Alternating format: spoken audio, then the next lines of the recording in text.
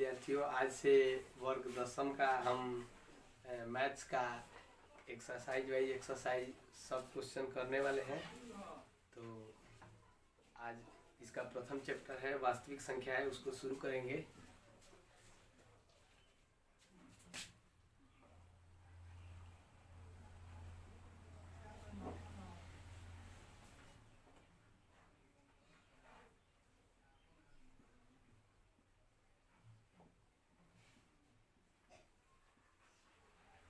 Chapter का नाम है वास्तविक संख्याएं, रियल नंबर्स।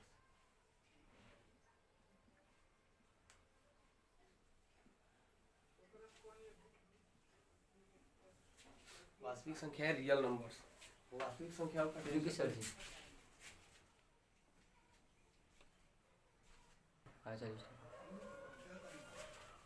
रियल नंबर, ये पाठ का आपका ये प्रथम अध्याय का ये नाम है। इसका डिफिनीशन थोड़ा देख लेते हैं। सबसे पहले वास्तविक संख्या कहते किसे है?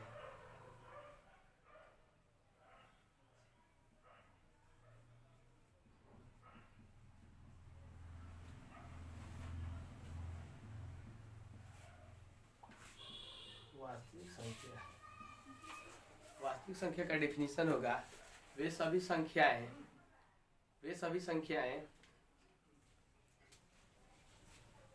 जिनका वर्ग करने पर धनात्मक संख्याएं प्राप्त हो, वे सभी संख्याएं वास्तविक संख्या कहलाती है। दूसरे अर्थ में इसका डिफिनीशन हो जाता है परिमेय तथा अपरिमेय संख्याओं को सम्मिलित रूप से वास्तविक संख्या कहते हैं। तो दोनों डिफिनीशन देख लेंगे।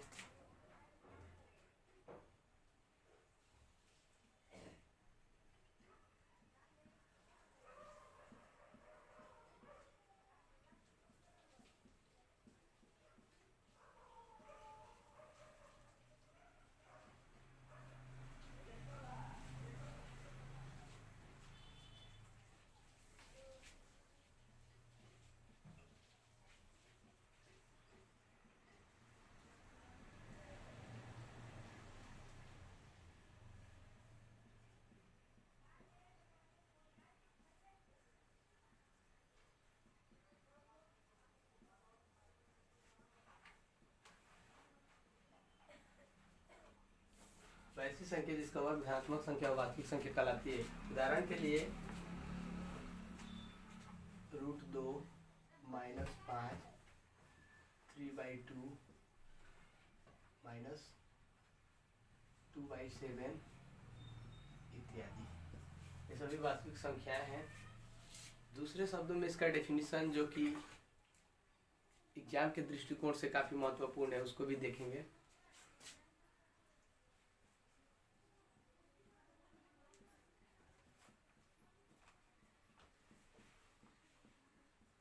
दूसरे शब्दों में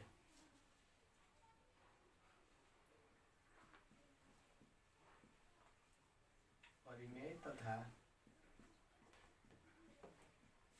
अपरिमेय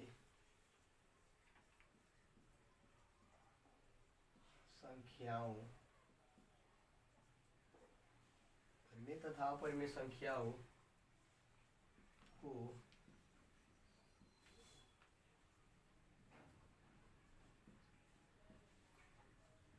सम्मिलित रूप से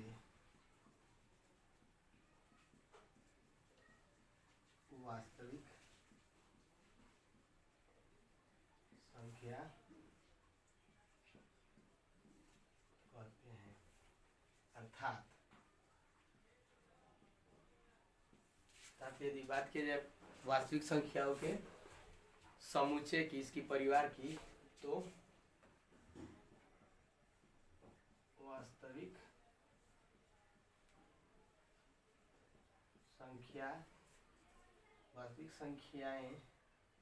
संख्याएं बनती हैं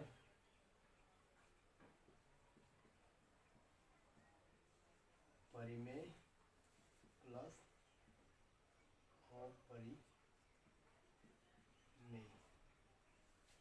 प्लस अपरिमेय संख्याओं को सम्मिलित रूप से वास्तविक संख्या कहते हैं।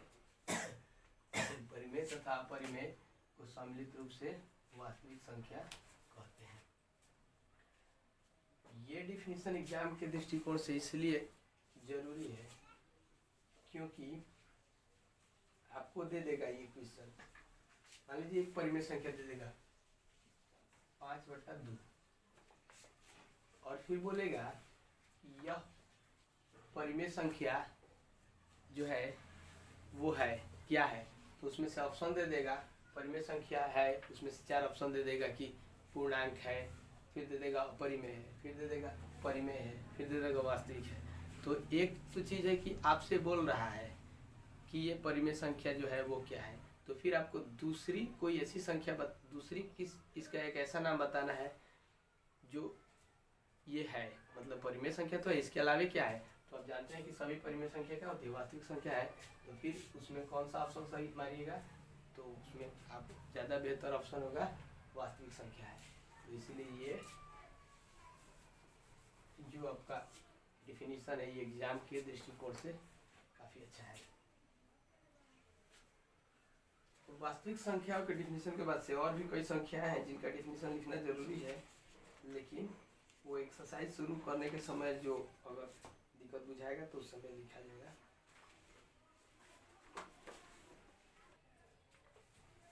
इसके बाद से संख्याओं का तो जैसे कि इसका प्रकार बहुत सारी तरह की संख्याएं हैं, लेकिन सभी इसमें नहीं, इसमें बस वास्तविक संख्या की डिफिनीशन जानिए क्योंकि उसी के नाम से ये चैप्टर है।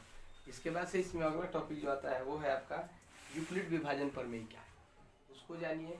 उसके बाद से है यूक्लिड विभाजन एल्गोरिथम, ये जान लेंगे तो इसमें यूक्लिड विभाजन एल्गोरिथम जो है ना वो एक तकनीक है दो पूर्णांकों के बीच HCF महत्तम समापवर्तक ज्ञात करने की, उसको जानेंगे। फिर इसका एक्सरसाइज शुरू होगा।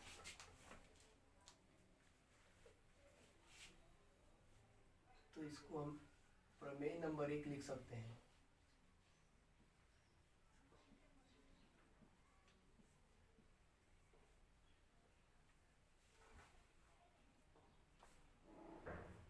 प्रमेय 1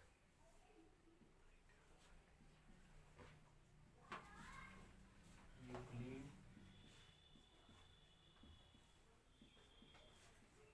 विभाजन प्रमेय क्या है।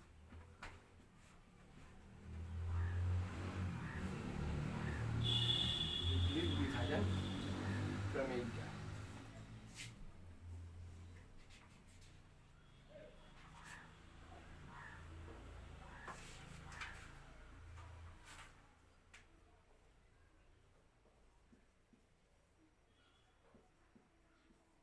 इस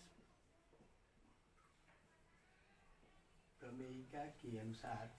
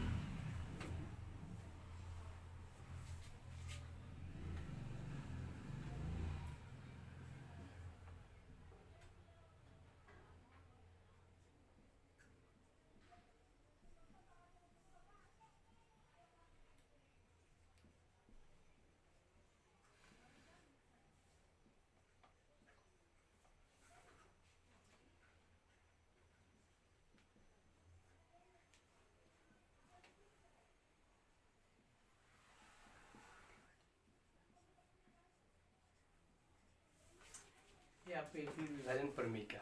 यूक्लिड विभाजन प्रमेयिका के हिसाब से इसका स्टेटमेंट है, इसका कथन है कि दो धनात्मक पूर्णांक A और B दिए रहने पे आपके दो धनात्मक पूर्णांक A और B दिया रहेगा। तो इसके आगे प्रमेयिका बोलता है कि दो अन्य पूर्ण संख्याएं भी उपस्थित है। पूर्ण संख्याएं मतलब इन दोनों में से किसी का मान 0 तक हो सकता है। ये दो धनात्मक संख्याएं अगर आपको दी है तो दो अन्य अद्वितीय पूर्ण संख्याएं भी उपस्थित हैं इनसे संबंधित। और किस तरह से संबंधित है जी? इस प्रकार से संबंधित है कि a is equal to B गुणे क्यू प्लस आर, जहाँ आर क्या है? आर का वैल्यू है 0 से लेकर के b के बीच। 0 से लेकर b के बीच मतलब 0 हो सकता है इसका मान, या इससे अधिक हो सकता है, लेकिन b से एक कम ही रहेगा।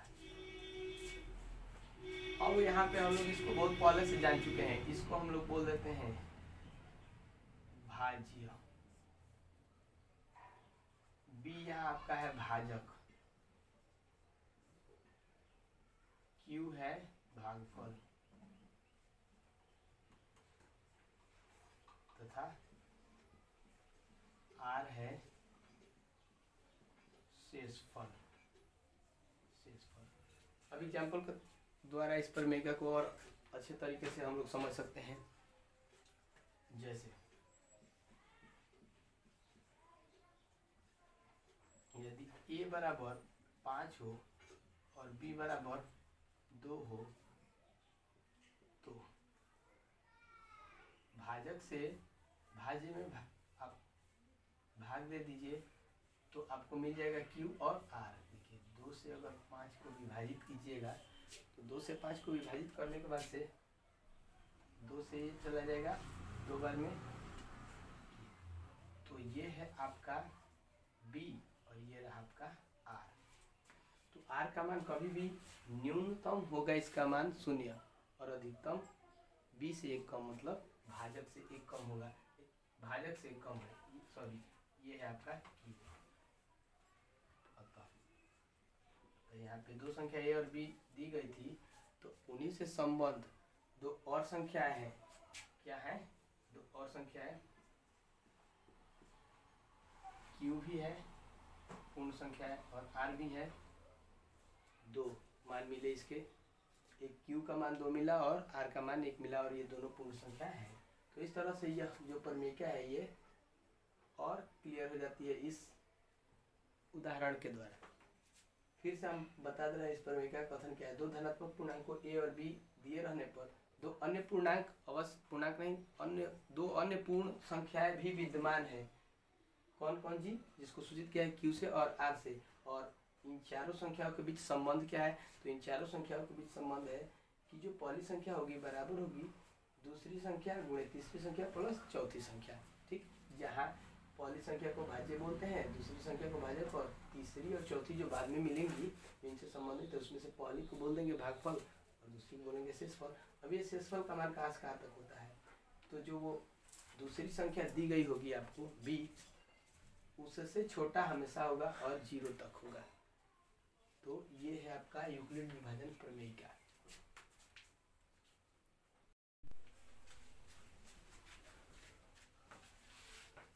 अभी हम लोगों ने समझ लिया है यूक्लिड विभाजन प्रमेय क्या है, जो इस चैप्टर का सबसे मुख्य टॉपिक था। उसके बाद से आता है यूक्लिड विभाजन एल्गोरिथम। तो बात करें अगर यूक्लिड विभाजन एल्गोरिथम की, इससे पहले आप समझिएगा ये शब्द एल्गोरिथम होता क्या है। एल्गोरिथम का मतलब होता है एक ऐसी प्रक्रिया, एक ऐसी तकनीक जो किसी समस्या के सॉल्व करने की तौर तरीके देती है हमको। या ऐसे कह सकते हैं कि एल्गोरिथम एक ऐसी तकनीक है जिसकी सहायता से किसी समस्या को सॉल्व किया जाता है, हल किया जाता है। तो आपने समझ लिया एल्गोरिथम शब्द का मतलब क्या होता है। एल्गोरिथम का मतलब होता है किसी समस्या को हल करने की तकनीक। तो अब आते हैं इस पर, यूक्लिड विभाजन एल्गोरिथम। बेसिकली यही हमारे चैप्टर में यूज भी होगा दो पूर्णांकों के बीच एचसीएफ निकालने के लिए। तो यूक्लिड विभाजन एल्गोरिथम का डेफिनेशन बहुत ही आसान है। क्या है? यह दो धन पूर्णांकों के बीच महत्तम समापवर्तक यानी कि एचसीएफ ज्ञात करने की एक तकनीक है। यह पूरी प्रक्रिया देती है, यानी कि शुरू से स्टार्ट कीजिएगा आंसर तक, आप जिस प्रक्रिया के तहत एचसीएफ निकालिएगा, अपना आंसर पाइएगा, वो पूरी तकनीक ही कहलाएगी यूक्लिड विभाजन एल्गोरिथम। ठीक ना जी? तो ये हो गया। यहाँ पे हमने एल्गोरिथम शब्द को डिफाइन किया है नोट के अंतर्गत। अब यहाँ से आपका एक्सरसाइज स्टार्ट होता है 1.1 इस एक्सरसाइज में बेसिकली हम क्या देखेंगे, तो भाज्य, भाजक और भागफल और शेषफल के बीच संबंध पर आधारित क्वेश्चन सॉल्व करेंगे या सिद्ध करेंगे, और फिर से दो पूर्णांकों के बीच में महत्तम समअपवर्तक निकालेंगे। चलिए पहला क्वेश्चन हम सॉल्व कर रहे हैं। यहाँ आपको दिया है 135 तथा 225, इन दो पूर्णांकों का महत्तम समअपवर्तक अर्थात HCF निकालने के लिए हमको दिया है। तो हम आपको यहाँ प्रोसेस बता रहे हैं, यूक्लिड विभाजन एल्गोरिथम का पूरा प्रोसेस यहाँ पे हम बता रहे हैं। जो इनमें से सबसे बड़ा होगा उसको आप ए मान लीजिएगा, और जो उससे छोटा होगा उसको बी मान लीजिएगा। अर्थात जो बड़ा होगा उसको हम भाज्य मानने के लिए बोल रहे हैं, और जो छोटा होगा बी अर्थात भाजक मानने के लिए बोल रहे हैं। तो स्टेप 1 में चरण 1 उसको लिखिएगा, स्टेप वाइज स्टेप इसको बनाते हैं। चरण 1 में लिखिएगा, माना कि ए बराबर 225 तथा बी बराबर 135। अब बी अर्थात 135 से 225 में आप भाग कीजिएगा, तो ये कितना हो जाएगा, 270 हो जाएगा। चाहिए 225, यानी एक बार में कटेगा, दो बार में 270 हो जाए, तो एक बार में 135 से कम का 135 होगा। देखिए ये आपका 0 हो गया, यहाँ पे 12 से 3 गया 9 और ये कट गया। तो यहाँ फिर अब लगाएंगे क्या, यूक्लिड विभाजन प्रमेय का जो हमने आपको लिखवाया है। यूक्लिड विभाजन प्रमेय का होता क्या है, लिखेंगे अब।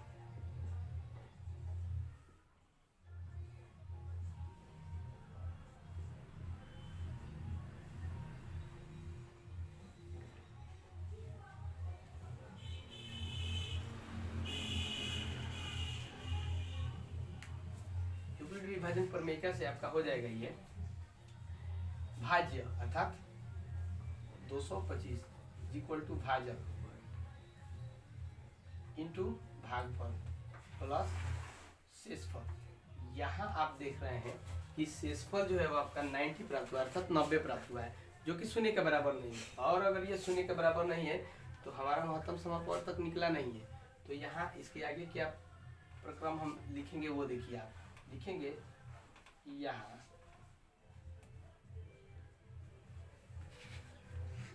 शेषफल 90 प्राप्त हुआ है, जो कि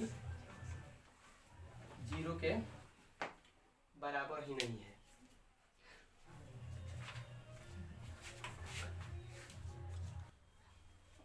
तो हमारा क्वेश्चन यहाँ तक पहुँचा है, उसका सॉल्यूशन 90 हमको शेषफल के रूप में मिला है, और जब शेषफल 0 के बराबर जब तक ना मिले तब तक हमारा HCF निकला नहीं है। तो हम फिर क्या लिखेंगे, यहाँ से लिखेंगे कि शेषफल हमने लिख दिया कि शेषफल 90 प्राप्त हुआ, जो कि 0 के बराबर नहीं है। 0 के बराबर नहीं है तो फिर हमारा ये जो स्टेप जो है प्रथम स्टेप, अब फिर द्वितीय स्टेप आगे बढ़ेगा। अगर 0 आया होता है तो इस तरीके से हम अभी हमारा पहला स्टेप जो है, पहला चरण यहाँ तक आया। इसमें आप देखिएगा शेषफल 0 के बराबर नहीं है, तो जब नहीं है तो अगला स्टेप बढ़ाना ही पड़ेगा, क्योंकि जब शेषफल 0 हो चुका होगा तब हमारा आंसर प्राप्त होगा। तो चलिए अगला चरण लिखेंगे हम, चरण 2।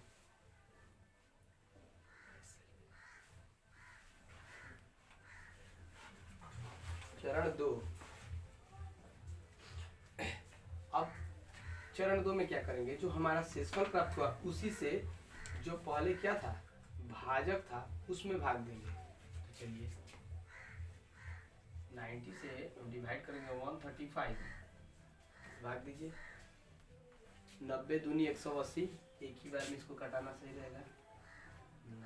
आपका 45 यहाँ रिमाइंडर यानी शेष बच गया।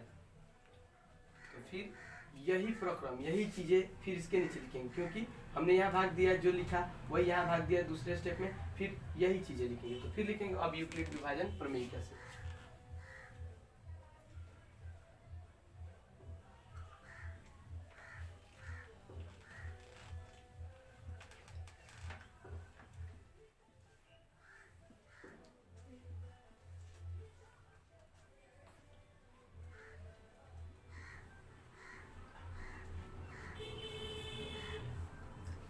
यूक्लिड विभाजन प्रमेय से यहाँ पे ये भाज्य है, ये भाजक है, ये आपका भागफल और ये शेषफल है। फिर यूक्लिड विभाजन प्रमेय क्या कहता है, भाज्य बराबर भाजक गुणे भागफल और प्लस शेषफल। आप लोग देखिएगा यहाँ जो शेषफल है 45, वो भी शून्य के बराबर नहीं है। यहाँ आपका जो शेषफल है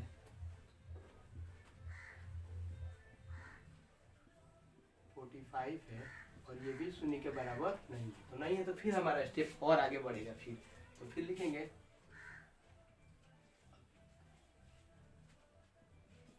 चरण 3,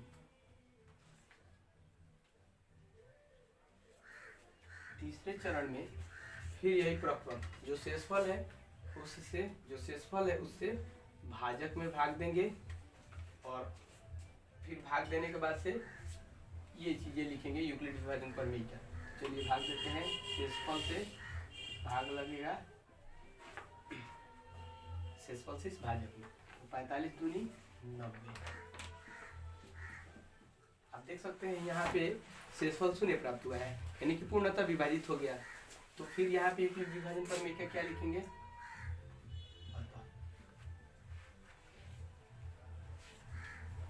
यूक्लिड विभाजन प्रमेय का, यूक्लिड विभाजन प्रमेय कैसे होगा, भाज्य बराबर भाजक गुणे भागफल प्लस शेषफल। शेषफल यहाँ में 0 लिखा क्योंकि देखिए रिमाइंडर में कुछ नहीं बचा है, शेषफल में पूरी ये कट गया है। तो लिखेंगे अतः यहाँ आपका शेषफल क्या आया है, यहाँ आपका शेषफल आया है 0। और जब शेषफल 0 आ गया तो यहाँ हम रुकते हैं और हमारा आंसर प्राप्त हो गया। यहीं पे लिखेंगे अतः, जैसे ही आपका शेषफल 0 मिल जाए तो आप कह सकते हैं ये चीजें लिख सकते हैं। अतः HCF मतलब हाईएस्ट कॉमन फैक्टर, बोले तो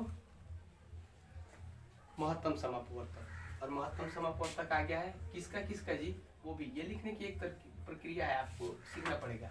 HCF ऑफ 135, 225, मतलब कि 225 और 135 का HCF जो आपसे पूछा गया था वो कितना हो गया जी। तो आप देखिए किस स्टेप में कहाँ पे किस संख्या से भाग देने पे पूरा कटा है। तो भागने का हमने 3 संख्या से दी है, 135 से नहीं कटा पूरा, 90 से नहीं कटा पूरा, 45 से पूरा कटा। तो जिससे पूरा कटेगा वही आपका हो गया HCF, यानी कि यहाँ पे HCF आपका आ जाता है 45। ये रहा आपका आंसर। तो ये जो प्रक्रिया आपको पूरी ये बोर्ड पे दिख रही है, यहाँ से शुरू होकर के पूरा यहाँ तक, इस पूरी प्रक्रिया को सम्मिलित रूप से इस पूरी प्रक्रिया को क्या कह देंगे, यूक्लिड विभाजन एल्गोरिथम कहेंगे।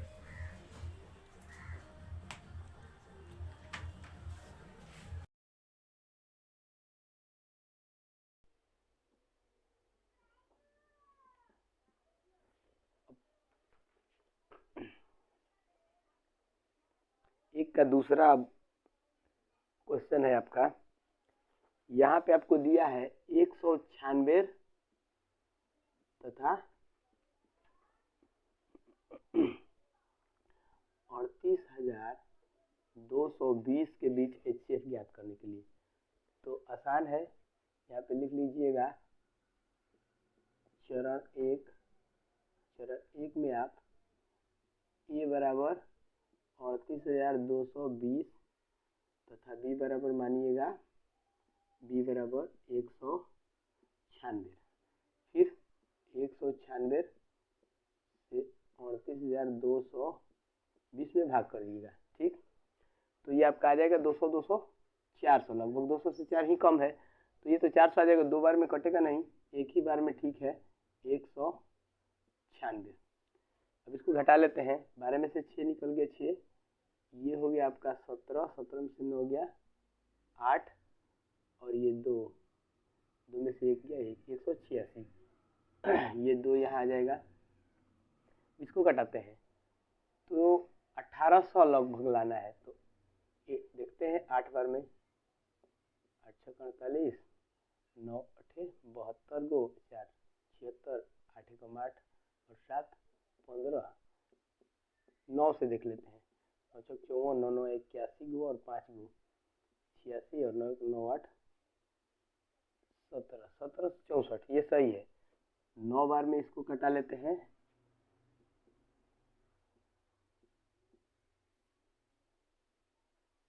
1764 घटा लीजिए इसको।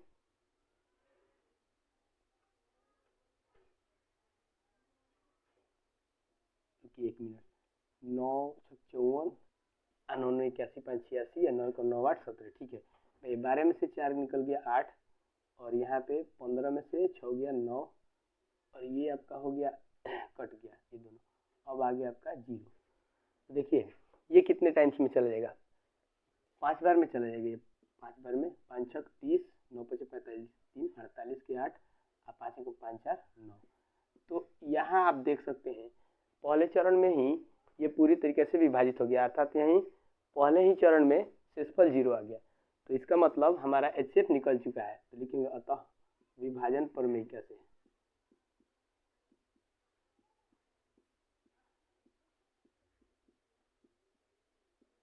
विभाजन प्रमेय कैसे क्या होता है विभाजन प्रमेय क्या, तो ये भाज्य बराबर भाजक गुणे भागफल और प्लस शेषफल। आप हम 0 लिखेंगे क्योंकि देखिए शेषफल कुछ नहीं बचा है। लिखेंगे यहाँ आप स्पष्ट रूप से देख सकते हैं आपका ये जो शेषफल है वो शेषफल है 0। अतः हम दोनों संख्याओं के बीच का HCF निकाल चुके हैं और वो HCF है कितना, तो HCF of 196 and 38,220 is equal to, देखिए आप जिससे भाग दे रहे हैं भाजक वही होता है HCF, बशर्ते पूर्णतः ये विभाजित कर दे दूसरी संख्या को। तो यहाँ पूर्णतः विभाजित कर दिया तो आपका HCF आ गया 196। ये रहा आपका आंसर। अब एक का तीसरा क्वेश्चन देखिएगा। इसमें निकालना है आपको HCF 867, 867 और 225 के बीच। आप लोग अगर स्क्रीनशॉट लेना चाहे तो ले सकते हैं, इस सही टाइमिंग में बना देनी है।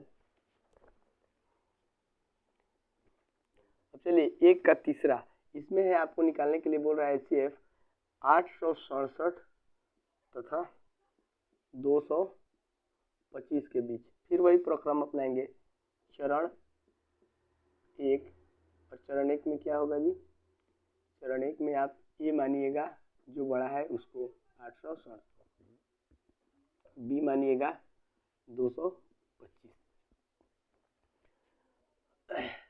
बी से डिवाइड कीजिएगा ए को 867।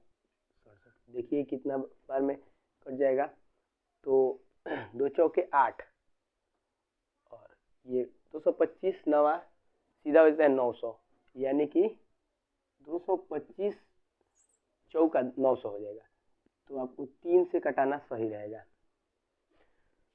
तो ये हो जाएगा आपका 675, 3 दूनी का 6 और 25 से 75। चलिए घटाइए, 7 में से 5 निकल गया 2, 16 में से 7 गया 9 और फिर यहाँ पे आपका आ जाएगा 7 से 6 निकल गया तो 192। अब आप देख सकते हैं ये पूर्ण रूप से विभाजित नहीं होता है। 225 से 867 पूर्णतः विभाजित नहीं है। तो फिर लिखेंगे अतः विभाजन प्रमेय कैसे, अतः विभाजन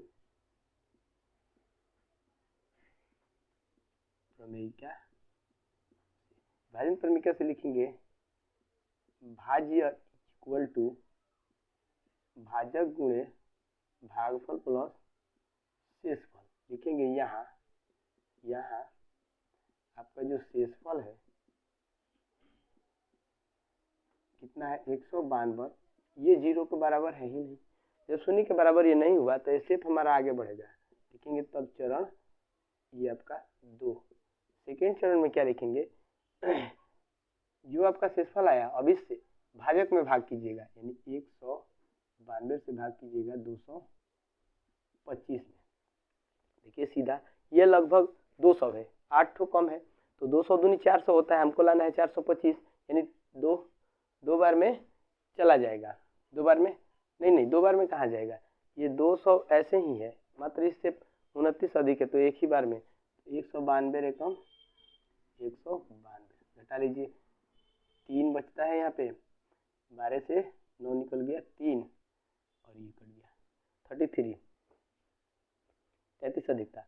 अब देखिए फिर वही प्रक्रम, चूंकि शेषफल 0 नहीं है तो HCF नहीं निकल पाया हमारा, HCF नहीं निकल पाया है, तो लिखेंगे यहाँ पे अतः विभाजन प्रमेय कैसे,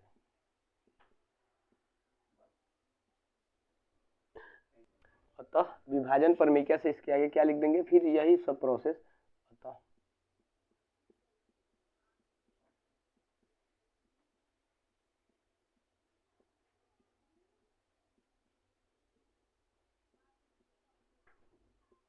आपका विभाजन प्रमेय कैसे हो जाएगा, भाज्य बराबर भाजक गुणे भागफल प्लस शेषफल। अब इधर जगह नहीं बचा तो इधर साइड में लिख दे रहे हैं। आपका यहाँ से आगे देखिएगा आप खुद 33 आया है आपका शेषफल, जो कि शून्य के बराबर नहीं है, तो फिर अगला स्टेप हमारा बढ़ाना जरूरी है, यानी कि चरण 3 में हमको जाना पड़ेगा। तो लिखेंगे यहाँ चरण, तो अभी जरूर अभी देखिए ना, अब इसका तीसरा चरण भी आगे बढ़ेगा, क्योंकि आप देख रहे हैं शेषफल 0 नहीं आया तो हमारा HCF नहीं निकल पाया है, तो यहाँ फिर लिखेंगे चरण 3।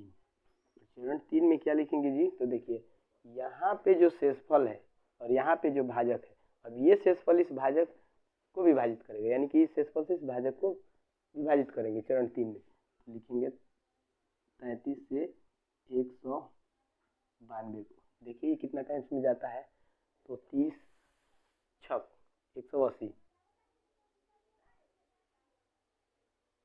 6 टाइम्स में 6 टाइम्स में चला जाना चाहिए, 6 बार में, 6 3 18 और 6 3 18 को और 1 19 नहीं 198 हो रहा है, यानी 5 बार में कटेगा, 3 25 15 और 3 25 15 और 1 16 165 घटाइए, 12 में से 5 निकल गया 7 और यहाँ पे आपका है 8, 8 से 6 निकल गया 2 और ये आपका कट गया, फिर भी यहाँ पे शेषफल शून्य नहीं आया है, तो आगे फिर यही प्रोसेस लिखेंगे।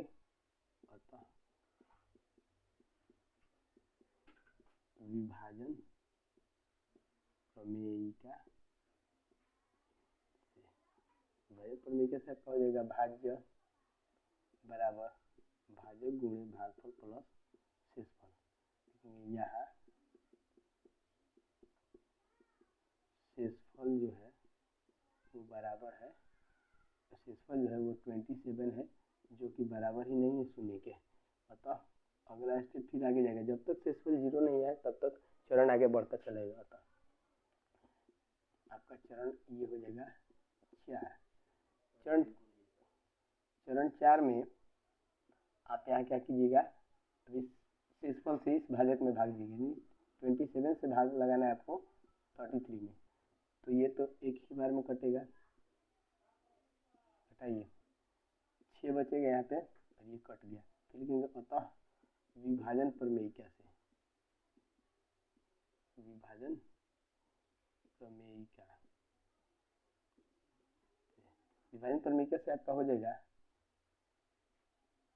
33 is equal to 27 into 1 plus 6, यहाँ पर भी आपका शेष कितना है, शेषफल जो है वो 6 है और ये शून्य के बराबर नहीं है, तो फिर अगला चरण भी हमारा आगे बढ़ेगा, क्योंकि जब तक शून्य नहीं आएगा तब तक आगे बढ़ते जाना है। चरण 5 में आप अभी शेषफल से इस भाजक में भाग दीजिएगा, तो 6 से 27 में 6 चौका 24, 4 बार में ये आपका 3 बच गया, फिर लिखेंगे अतः विभाजन, इसके आगे इसमें कट जा रहा है, ठीक है आगे लिख लोग इतना का स्क्रीनशॉट लेना चाहते हैं तो ले लें, उसके बाद से फिर इसको मिटा के फिर इसका अगला जो भाग बचा है उसको हम बनाते हैं।